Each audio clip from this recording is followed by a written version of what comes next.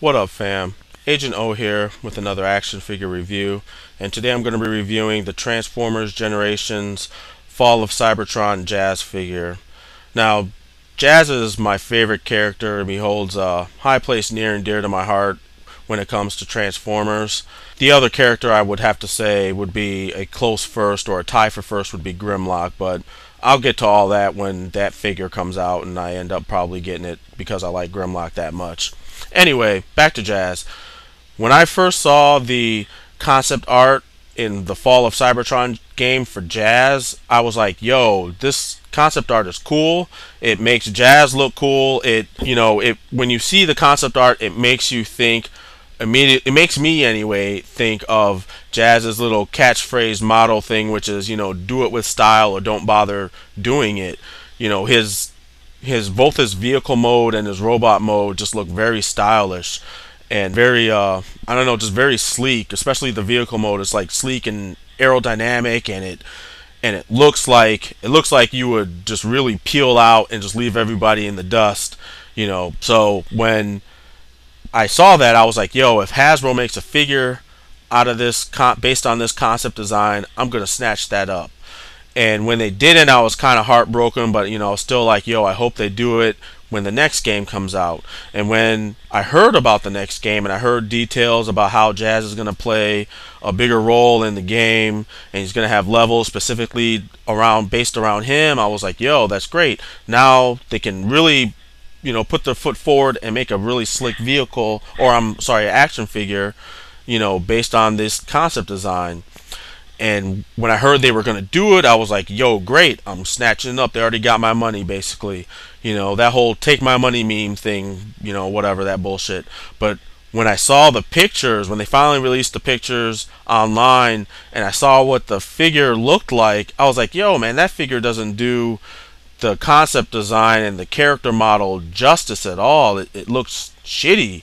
And I just didn't want to buy it. And I wasn't going to buy it until I saw other people's reviews once the toy finally dropped, and people were pointing out flaws but then still giving the figure like the thumbs up as to like, you should just go out and buy this figure. And I was like, wait a minute, you just pointed out all these things that are wrong with the figure, like stuff that wouldn't make me want to buy this figure, but you're saying you should buy it? Like, what's up? Are you on Hasbro's payroll? Because I highly doubt it.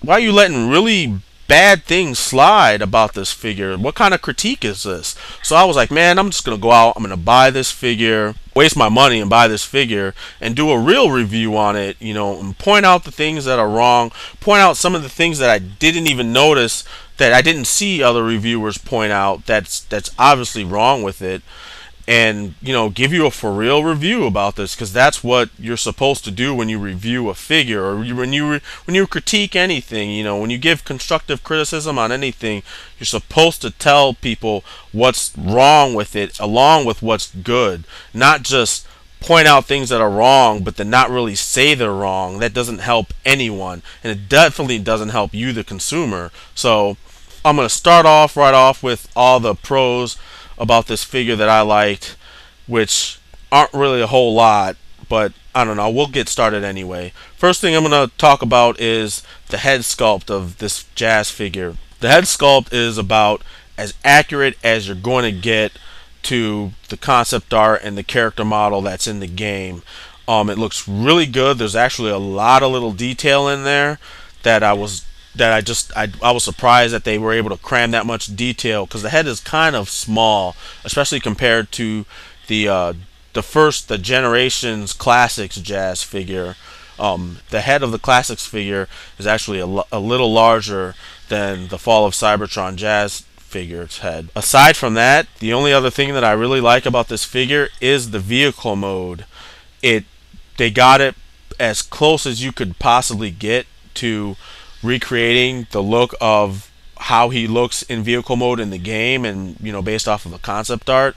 They got a lot of the like seams and line work and just detail. They got it pretty down pat. They definitely got the shape of the vehicle down, and honestly, that's really about it. as far as the things that I liked about this figure. Now, the things that I don't like about this figure, we're gonna get into that like right now. Now, I mentioned earlier that I liked the vehicle mode, but there's also things about it I absolutely hate. The biggest thing though is when you turn the vehicle around, there's absolutely no bumper. That's the reason why I'm making this video, because other people in their reviews would point this out, but then not really say that this is really a bad thing. They'd kind of just point it out because it's there and then just gloss over it and continue with their review and get to like haphazardly transforming the figure like they've never transformed a transformer before in their lives.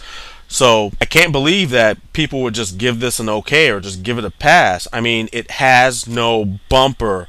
You don't go out to the car dealership and buy a car that doesn't have an engine in it. So why would you go to the toy store and buy a transformer that transforms into a car and there's no bumper on the car and you can see the hands in it, the hands sticking out?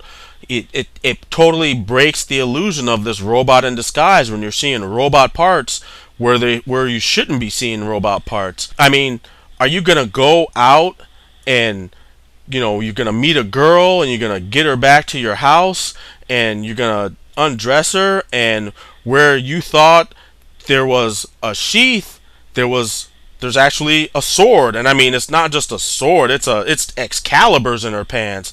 Are you gonna be like, well, this girl's really hot and she's got a nice figure, but I was really hoping she would have a sheath instead of a sword, but you know what? I'm gonna go ahead and I'm okay with it, and we're gonna smash. Now, if you're into that sort of thing, more power to you. But for the rest of us that expect to find a sheath where a sheath is supposed to be, I highly doubt you're gonna be okay with that. So why would you go out and buy an action figure that doesn't do everything that it's supposed to do? I mean, this is like basic, man. So you can't, I mean, it totally defeats the illusion. So I can't get over how people just gave this an okay. Okay, here's a picture of how Jazz looks in his vehicle mode in the game, and you can see that there's clearly a bumper there. Now, why they couldn't figure out how to put that onto the figure is beyond me. The other thing that I dislike about the vehicle mode is how there's that blatant hinge joint right by the front wheel, just behind the front wheel of the vehicle mode. It just, for me, it really breaks up the whole streamlined aerodynamic feel that the vehicle mode in the game and in the concept art gave off. I don't know why they couldn't figure out a way, if they really had to use a hinge joint, why they couldn't figure out a way to make it on the other side where you can't see it, so that you don't see any joints or any connecting slots or anything like that. Kind of like how they did on the War for Cybertron Bumblebee figure. On that figure, when you transform him into the vehicle mode, you don't see any joints or where anything connects to anything. All the parts connect to any and all the other parts. You don't see any of that. It looks streamlined from the front all the way to the back, and I wish they could have done that also with this figure. Okay, aside from that, that's pretty much all the problems I have with the vehicle mode.